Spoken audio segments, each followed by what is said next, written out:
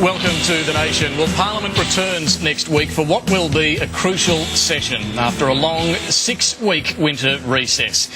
If Julia Gillard is to survive as leader, she really in the next 4 months or so needs to lift Labor's performance. The polls during the winter break have improved a little for Labor, but it's still uncertain what is going to happen on this front. 6 weeks ago, Parliament rose in scenes of acrimony, bickering MPs over border protection, what to do about asylum seeker boat arrivals. In that 6-week break, though, we have seen the Prime Minister try to shift the debate onto things like disabilities and also muddy the waters on the carbon tax as well by targeting state-owned power companies for jacking up prices too much in recent years.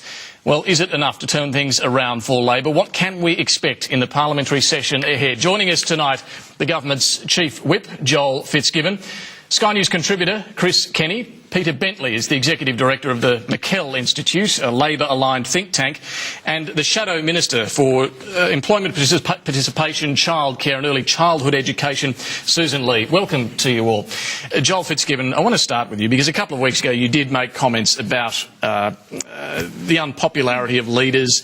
I think you said that if a leader is unpopular for too long, they will be replaced. We did see this week a lift in Labor's primary vote of 5 points in the news poll. Was that enough to make Julia Gillard more popular in your eyes? Well, I did make that statement and I don't walk away from it, and of course it's a statement of the obvious and it's backed by historical fact, but I also said that I believe Julia Gillard would lift between now and the next election, and Tuesday was a good result, 33% primary, up 5 points. We're heading in the right direction. We're heading in the right direction. Is it enough to save Julia Gillard? Well, 33% doesn't win you an election, we know that, but she's proven that she's capable of gaining traction. I think that she'll continue to gain traction. So the party should stick with her? I think so, yeah. Chris Kenny, do you think the party will stick with Julia Gillard? Look, I think it's a 50-50 proposition. I think the 5-point lift will have been manna from heaven for her, but a lot of people in the Labor caucus will notice that that occurred in a week that she had off. When she disappeared from the scene, their primary vote went off. But to be fair, I think she might have got a bit of lift for talking about the National Disability Insurance Scheme. I think there's a long way to go on that issue, and Labor it's all promises, no delivery at the moment. But it's a good issue for Labor to talk about. But you know, you can't say that Julia Gillard's recovered at all really until we see this over a series of polls. But you know, it's better news than not. Peter, do you think there's a point at which it is too late to replace a leader the closer you get to an election, and where is that point? I think there definitely is a point, but I think Chris's point is right. You'd rather take 33 than 28, as was the last poll, but we really need to wait for a few more news polls to see if this is actually a trend improving. But the interesting thing, I think, is over the last fortnight, we've actually seen more policy debate and discussion from both sides than we've seen for a long, long time, whether it was the Fair Work, NDIS, the coalition releasing the discussion paper on foreign ownership. You know, we've actually been talking about issues, and I think that's reflecting positively on everyone in politics, but quite likely reflecting pretty positively on the government. If that's the case, Susan Lee, and we are talking more about policy, which we're about to get onto, why do you think we're seeing a lift in Labor's vote? Well, Julia Gillard went on holidays and dropped off people's television screens, and maybe they forgot about her enough to give her the benefit of some sort of doubt. But political commentary aside... Just to be clear, though, you really think that people, forgot that Julia Gillard's the Prime Minister? Well, she wasn't on their television screens every night, and they weren't being reminded of why they dislike her, and more importantly, what her government stands for. Because I know that it's personal, but if we take the personal out of it, people are telling me and my colleagues that Labor is letting them down by not understanding the pressures they face and what their life is like. And whether it's Julia Gillard or Kevin Rudd or some unknown third person, what people want is a government that is responsive to their needs, and that's not what they're getting from Labor. Well, let's get into some of the policy arguments. After the quick leave that she did have, the Prime Minister, Joel Fitzgibbon, has weighed into the electricity price debate. Do you think it's a smart move, when clearly the carbon tax is the government's biggest liability at the moment, to be trying to pick a fight over this issue? Well, it's true that at the end of the day we will only get the necessary reform in cooperation with the states. That's a statement of fact. But it's also true that all these increases people have been facing over the last few years, pre the carbon price, have been as a result mainly of network charge increases imposed largely by state government-owned instrumentalities. And I suspect she didn't want to have that debate, because it's very messy and people sit back and say, look, they're blaming one another. But Tony Abbott really left her with no choice. And the carbon price has been in for 5 minutes. And Tony Abbott, through his relentless campaigning, has been out there trying to persuade people that these electricity increases they've been facing in recent years are all as a result of the carbon price. So he left her with no choice but to fight back. This is a political response from the Prime Minister? Well, one by necessity, because she can't just sit back and allow him to get away with this mischief. Because the point's been made. Why wasn't she saying this years ago when Labor governments were in power in the States? Well, look, I'm not here to defend the former New South Wales Labor government. They underinvested in the network for years, probably with a view to privatising the network, and now we're playing catch-up. But Martin Ferguson has been working on these issues for a number of years now, and particularly through the Ministerial Council. So it's not as if Labor just decided this week to do something about network charges. That has been in play for some time now. I suspect Julia Gillard didn't want to have a war with the States, but Tony Abbott left her with no choice. Susan Lee, do you agree with the principle, with the argument that it is this so-called gold plating by state government-owned power companies over-investing in poles and wires and transmission to deliver bigger dividends to their owners, the state governments? Look, there's no doubt that not all of the price increase is attributable to the carbon tax, but IPART in New South Wales, which is our home state, the majority is not. IPART has said that 10% of it is. So if we've got the independent regulator actually underlining this, I think we can take that as being the truth. This is just a smokescreen. When did we ever hear Julia Gillard or any Labor Prime Minister talk about power prices? It just happens that she's muscling up to the States on this one now. We all know that the carbon tax is going to increase electricity. That's actually what it does. There's no argument when you get your bill and the price is increased by so much. And I think in Queensland, they're actually going to delineate the amount that is represented by the carbon tax. I'm talking about the 50% price rise we've seen over the last 4 years. Is that due to this so-called gold plating by the power companies? Well, the expensive part of electricity supply is, of course, the distribution network, maintaining it for peak demand.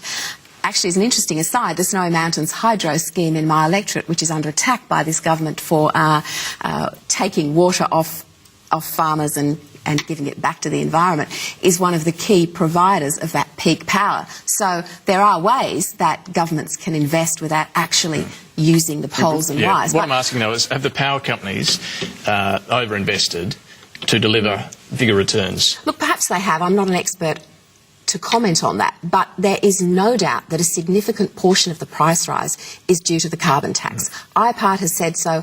Other authorities over the last 3 or 4 years have said so. In New South Wales, Joel, it's your home state as well as mine. The report has clearly have a look at the indicated. graphics in the papers today and see how much is attributed to the carbon price. It's very, very small. Chris, Well, the other thing is, of course, it that the may carbon be tax an will attempt to increase. try and muddy the waters here, but this argument about, or this question of gold plating is a valid argument to have, isn't it? Well, it's a valid argument to have in that the state governments have been talking about these issues for a long while, because it really is a state issue. And a lot of the problem comes back to the states that haven't taken up the challenge of privatisation. New South Wales, Queensland should have privatised their electricity assets and haven't done. So, and look, the voters know this. They've seen this debate unfold over a long period. I think what we've seen here is a purely political response from the Prime Minister, and we can all see what she's trying to do. She knows she's getting a lot of anger and resentment from the electorate because she's deliberately increased power prices by 10%, and she wants to share the blame around by saying, making sure people don't just blame the federal government, they also blame the state government. Is that fair enough? Well, I don't think it'll work, because I think voters are fully aware that a lot of their power bills have been increasing anyway, and they know the other factors at play, and they know that Julia Gillard has added another 10% on top of that. So voters are not foolish, they'll work these things out. Interestingly, the one thing that neither side of politics wants to talk about, because it has bipartisan support, is the renewable energy targets and the various green schemes. They both support these. The Liberals, Labor Party and the Greens want to go even further, and that's actually increasing electricity prices by almost as much as the carbon tax.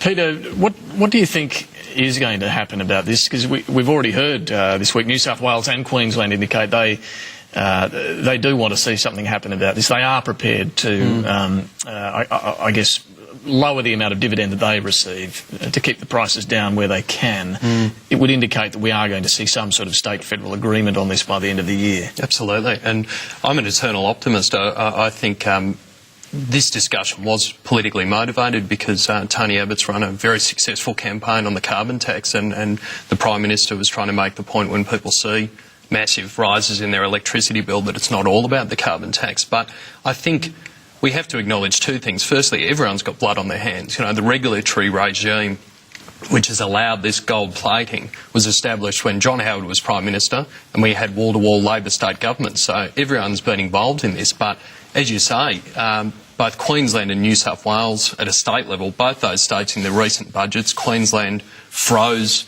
power price rises. New South Wales actually reduced their dividends. So I think the state governments have been making some noises and looking at action, and if we can see that towards the end of the year through this scrutiny, through us and others discussing it, then there's the potential that we can kind of get a good outcome. But don't consumers need to be levelled with by governments? And that is, when they see wind farms and they see great big solar panels on people's roofs on movie stars' roofs and whatever, that's costing them the more. All this renewable energy is costing you much Chris, more. I agree, but I think one of the biggest drivers, as we've seen with this kind of gold plating notion, is actually reliability, and I completely agree. But that, I think, is the discussion we need to be having, and governments need to be having with consumers, is that what level of reliability do people want? And in New South Wales, for example, I think we've got a 95%, and the government's moving that to 98%. But the question is, do we want to be paying those extra costs, or are we prepared to suffer some brownouts? Now, I personally think it's not politically palpable or even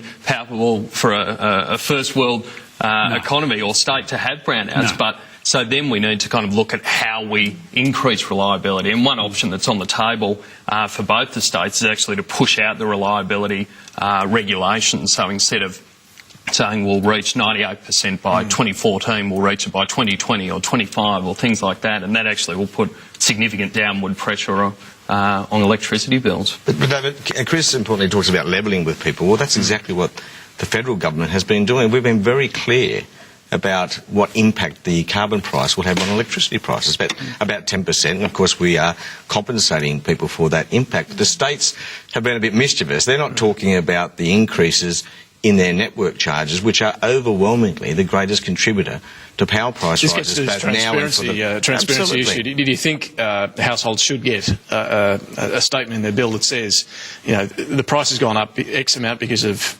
this, X amount because of the carbon price, X amount because of... And we get that every quarter?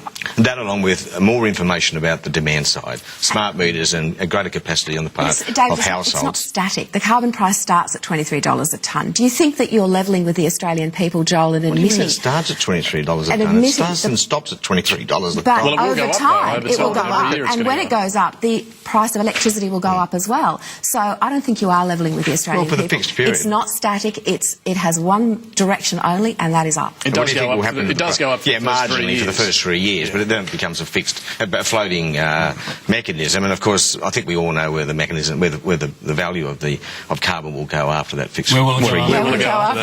Well, I believe it will fall. Because you disagree? No, I reckon you're spot on. I reckon it's going to collapse. Is that because it's overpriced at the moment? Is that because it's too much at the moment? Well, the government struck an arrangement at a level where it thinks is necessary to bring forward the investment. But surely you think it's too high. If it's going to fall once it goes to a floating price, it's too high. Well, I'm just making an observation about what's happening on the international market. Yeah, it's close to three times. I would be very surprised if after the fixed period ends, it goes anywhere but south. So we're going through a lot of pain then for very little gain.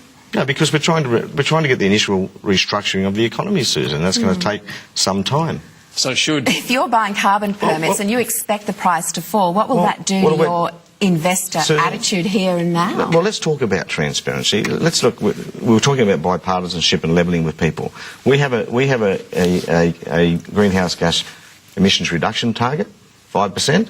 So does Tony Abbott. So do you. We spend all of our time talking about how we're going to achieve that. We spend no time, it seems, talking about how you're going to get there. Would you like to share it with us tonight? The money doesn't appear magically. You're going to tax people to subsidise industry, or what are you going to do? You tell us.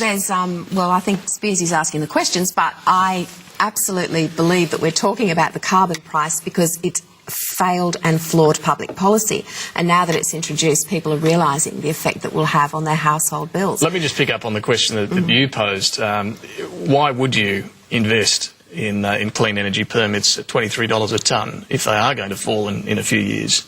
Well, we'll let the market determine that after a few years' time, but the objective of the government... Why would you bother now if you can get them at $10 a tonne in a few years? Well, the objective of the government has been to put the renewable energy industry on a competitive footing. All right. And I'll let you answer the question that Joel Fitzgibbon put on direct action. Direct action is about saying, here's the fund, here's the reduction abatement that we want, you give us a good idea, and if it makes sense, and by the way, if it involves soil carbon, it's able to be used as well. This government has excluded agriculture and any benefits. You can apply to the direct action fund and produce a direct reduction. And where does the money come from to subsidise them? Well, I'm not... You're going to pick the winners, but you've got to find the money from somewhere. Well, you can only increase taxes. What I will say is the process will be transparent because everyone will be able to see that by investing X dollars, you get X reduction in carbon. And I don't think you can see anything of the sort from the current scheme. All you can see is this crazy money go round, which Joel has explained is actually going to be a bad thing for investment after 3 years. And, you can't even pinpoint the benefits. Right. At least with our program, you will be able to. We're going to have to take a break. We're going to shift gear after that. Look at China. Some interesting comments from Paul Keating this week about how we should be approaching the rise of China and also the coalition's policy, tougher policy on foreign investment. Stay with us.